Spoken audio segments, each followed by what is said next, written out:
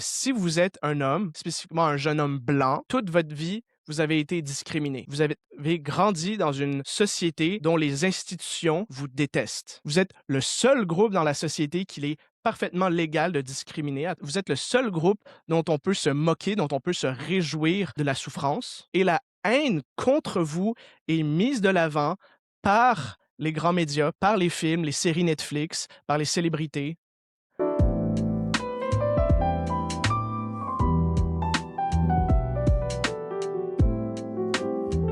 Bonjour, ici Philippe Letellier-Martel, l'Action Vitale. Aujourd'hui, l'actualité que j'aimerais passer en revue, c'est les propos qui ont été tenus par Élisabeth Lemay sur l'émission De l'huile sur le feu à Radio-Canada le 6 février passé. Donc, la semaine passée, il y a 5 jours aujourd'hui. Je vais laisser l'extrait jouer et puis par la suite, je vais offrir certaines de mes pensées. Permettez-moi de vous dire mon hot take de la journée. La crise de la solitude masculine est une bonne nouvelle. Elle est le signe de l'affranchissement des femmes. La différence, c'est que notre solitude à nous, elle passe inaperçue parce qu'on importune personne.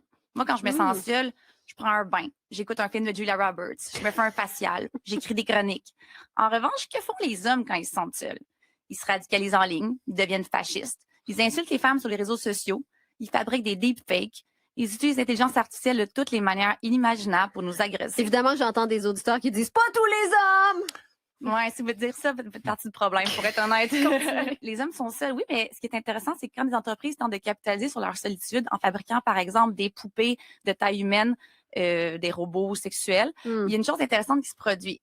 Les poupées, à la fin de la technologie, ont été créées pour être le plus réaliste possible. Donc, ils peuvent avoir une personnalité, avoir des émotions, discuter de façon très réaliste.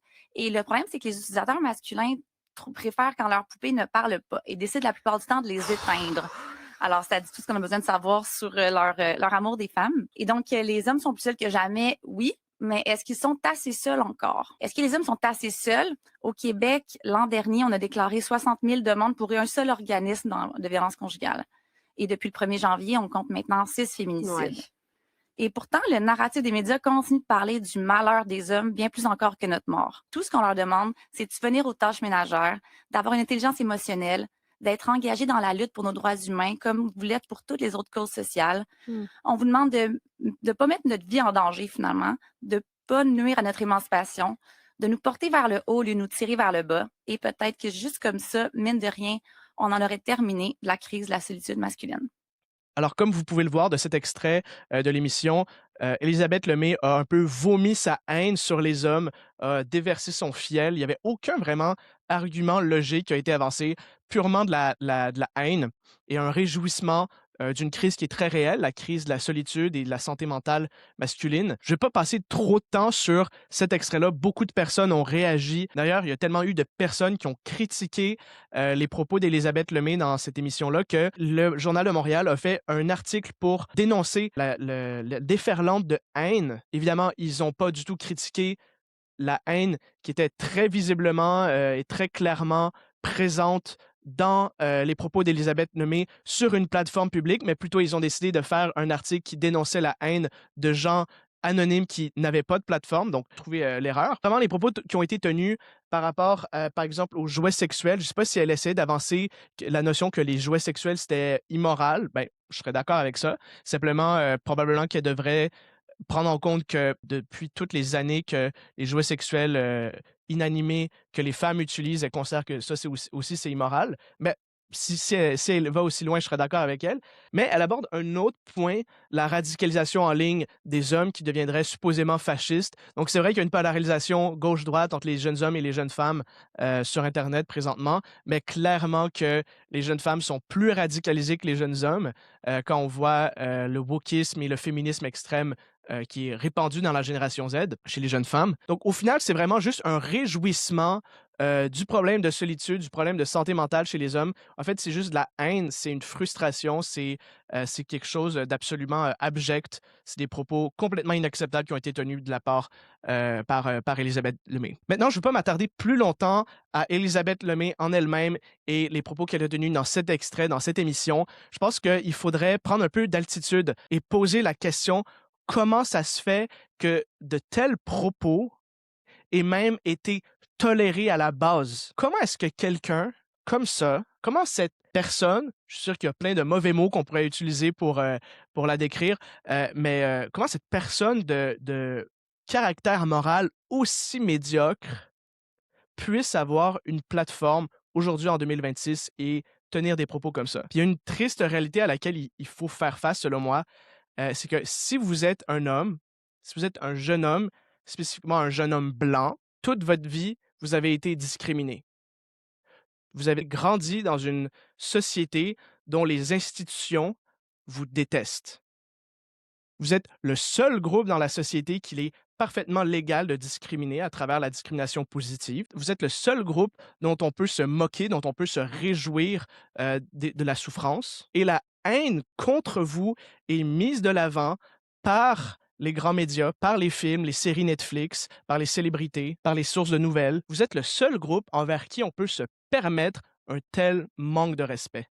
Ces gens-là, comme Élisabeth Lemay, vous détestent, détestent vos ancêtres, détestent qu'est-ce que vous êtes et non pas juste qu'est-ce que vous faites. La seule version de vous qu'ils vont tolérer, c'est une version neutralisée, docile, féminisée. Et la seule raison pour laquelle ce genre de propos est tenu en public par Radio-Canada, un média financé par le contribuable, la seule raison pour laquelle c'est le cas, c'est parce qu'on se laisse faire. Parce que nos parents et nos grands-parents ont laissé la société devenir comme ça.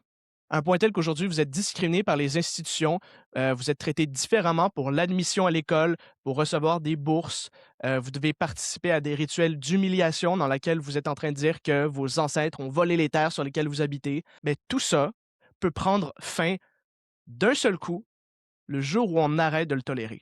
Maintenant, pour expliquer l'existence de cette crise de la solitude et de la santé mentale, du renfermement sur soi chez les jeunes hommes qui affligent notre génération, la façon dont Élisabeth Lemay et des gens comme elle l'expliquent, ils disent que c'est entièrement la faute des hommes.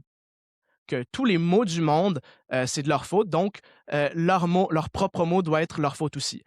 En fait, c'est à cause de leur perversion sexuelle, c'est à cause de leur violence envers les femmes, c'est à cause de leur manque d'intelligence émotionnelle. Mais moi, j'aurais une hypothèse alternative à offrir.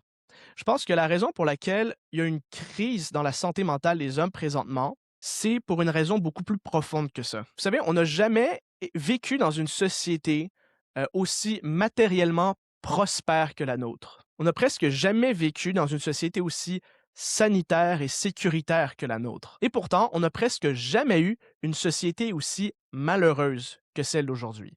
Je pense que l'explication pour ça, c'est qu'en tant que société, on a sacrifié le sens avec un grand S, on a sacrifié le risque, la prise de risque, l'aventure, le dépassement de soi.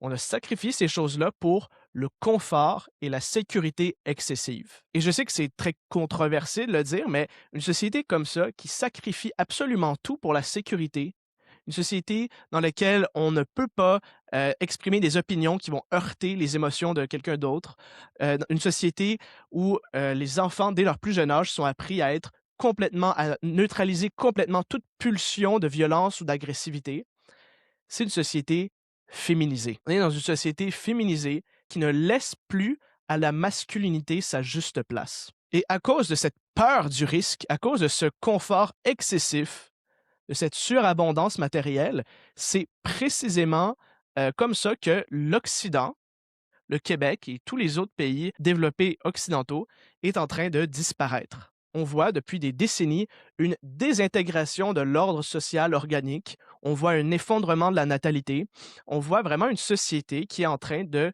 tout simplement disparaître. Alors, le constat qu'on peut faire après tout ça, c'est que notre génération, les jeunes hommes de notre génération, font face à une situation qui est excessivement difficile. On hérite d'une société complètement vide. Tout l'héritage civilisationnel qu'on était censé recevoir a été dilapidé et détruit. Et on a grandi dans une société dont les institutions nous détestent. Alors, pour faire un lien avec le besoin de sens avec un grand S, le besoin d'aventure, le besoin de défi, de dépassement de soi que j'ai mentionné plus tôt, je pense que cette situation difficile, c'est précisément l'opportunité dont on avait besoin. Alors que l'Occident est en effondrement, que nos parents et nos grands-parents ont négligé la transmission de l'héritage qu'ils ont reçu. C'est maintenant à notre tour de réparer les dommages qui ont été faits. C'est maintenant à notre tour de reconstruire la société qui a été perdue. C'est maintenant à notre tour de sauver l'Occident. Et pour ce faire, il faut absolument arrêter d'avoir peur d'offenser, de brusquer les émotions de gens comme Elisabeth Lemay et toute la horde woke qui contrôle présentement les institutions, parce que ces gens-là nous détestent de toute façon. Donc ce serait au message aux jeunes hommes québécois qui écoutent, il faut arrêter d'avoir peur. Il ne faut pas avoir peur de prendre le risque de parler contre les choses que l'on sait être fausses et mauvaises. Et il faut commencer ce processus qui va être extrêmement difficile, extrêmement laborieux, mais également plein d'aventures et de dépassements, qui est la mission de rebâtir notre société et de sauver l'Occident. Ici Philippe Letelier-Martel d'Action Vitale.